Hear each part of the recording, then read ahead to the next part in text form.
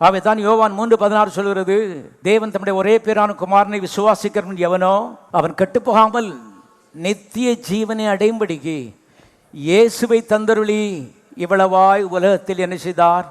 அன்பு கூர்ந்தார். என்றால் இயேசுவின் மூலமாய் நித்திய ஜீவன் இந்த பூலோகத்துக்கு வந்தது. இயேசுவின் மூலமாய் கிறிஸ்தவ மதம் வரவில்லை. இயேசுநாதர் கிறிஸ்தவ மத தலைவரும் கிடையாது. திட்டமாய் நீங்கள் தெரிந்து கொள்ளுங்கள். அருமையான கவனிங்க, இயேசு நித்திய ஜீவனாய் இருக்கிறார், அழிவில்லாத ஜீவன்.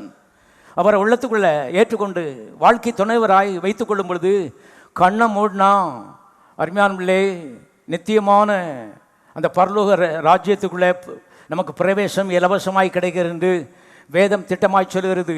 வாசிக்கலாம். 1 யோவான் புஸ்தகம் 5ஆம் அதிகாரம் 11, 12. தேவன் நமக்கு நித்திய ஜீவனை தந்திருக்கிறார். விசுவாசிகளுக்கு எழுதுகிறார் பாருங்க யோவான். அவர் சொல்லும்போது நித்திய ஜீவன் உங்களுக்கு கிடைக்கிறக்கா நான் ஜெபிச்சிட்டு இருக்கேன்னு சொல்லலை. அவர் தேவன் நமக்கு நித்திய ஜீவனை தந்திருக்கிறார். எல்லாரும் சொல்லுவோம், தேவன் நமக்கு நித்திய ஜீவனை தந்திருக்கிறார். அந்த நித்திய ஜீவன் அவருடைய குமாரனில் இருக்கிறது. குமாரனாய் இயேசு எனக்குள்ளே இருக்கிறார். எல்லாரும் கரங்களை தட்டி சோதரிப்போம்.